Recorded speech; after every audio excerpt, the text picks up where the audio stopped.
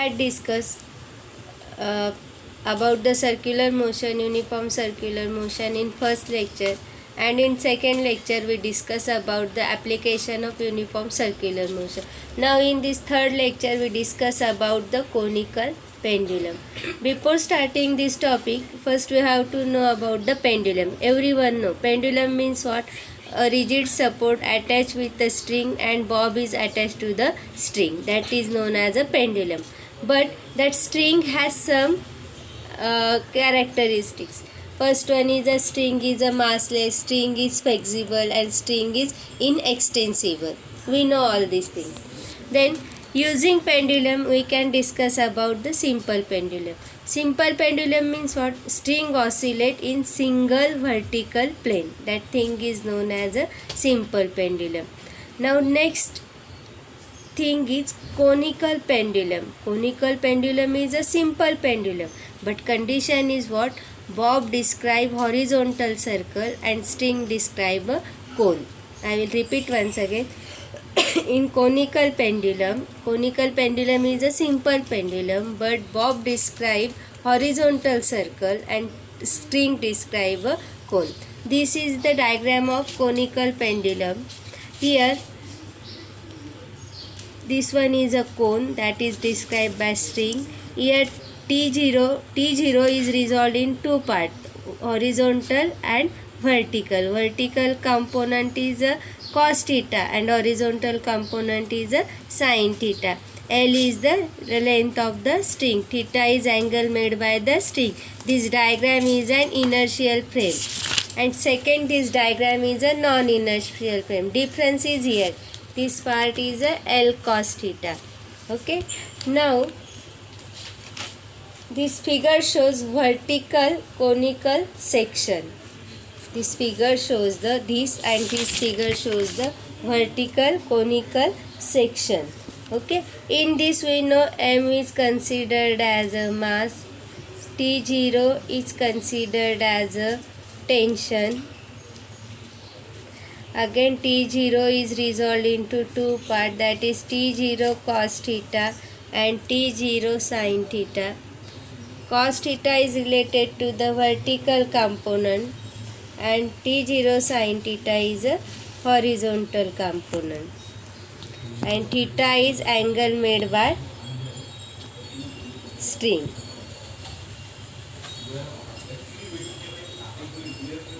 Okay. Now in position B, this is a position B. In position B, force acting on a bob is mg. Mg is weight, and that is acted vertically downward. Weight mg is acted vertically downward. Then next component is a T0. We know T0 is a tension. Tension in the string directed along the string towards to the support. Tension in the string directed along the string towards the support. Now as motion of the bob is horizontal circular motion,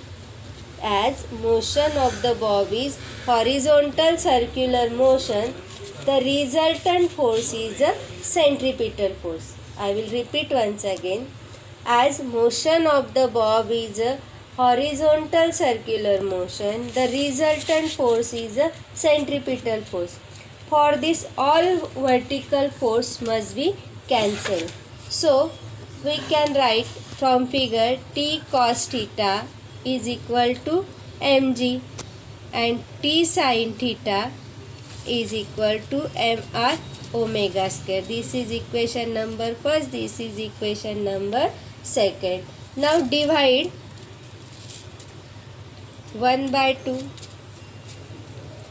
T cos theta upon T sin theta equal to mg upon mr omega square. M get cancelled, T get cancelled. So cos theta upon sin theta is equal to g upon r omega square. Using this equation, we can calculate the value of omega square, and that value is g sin theta upon r cos theta. But r is equal to L sin theta. Now if we put up this value, we get omega square is equal to g sin theta upon L sin theta into cos theta. This sin theta get cancelled, so remaining value is g upon L cos theta. So omega is equal to square root of g upon L cos theta. But we also know omega is equal to 2 pi upon t. If we put up this value, we get 2 pi upon t is equal to g upon L cos theta. Now using this, we can calculate the value of t.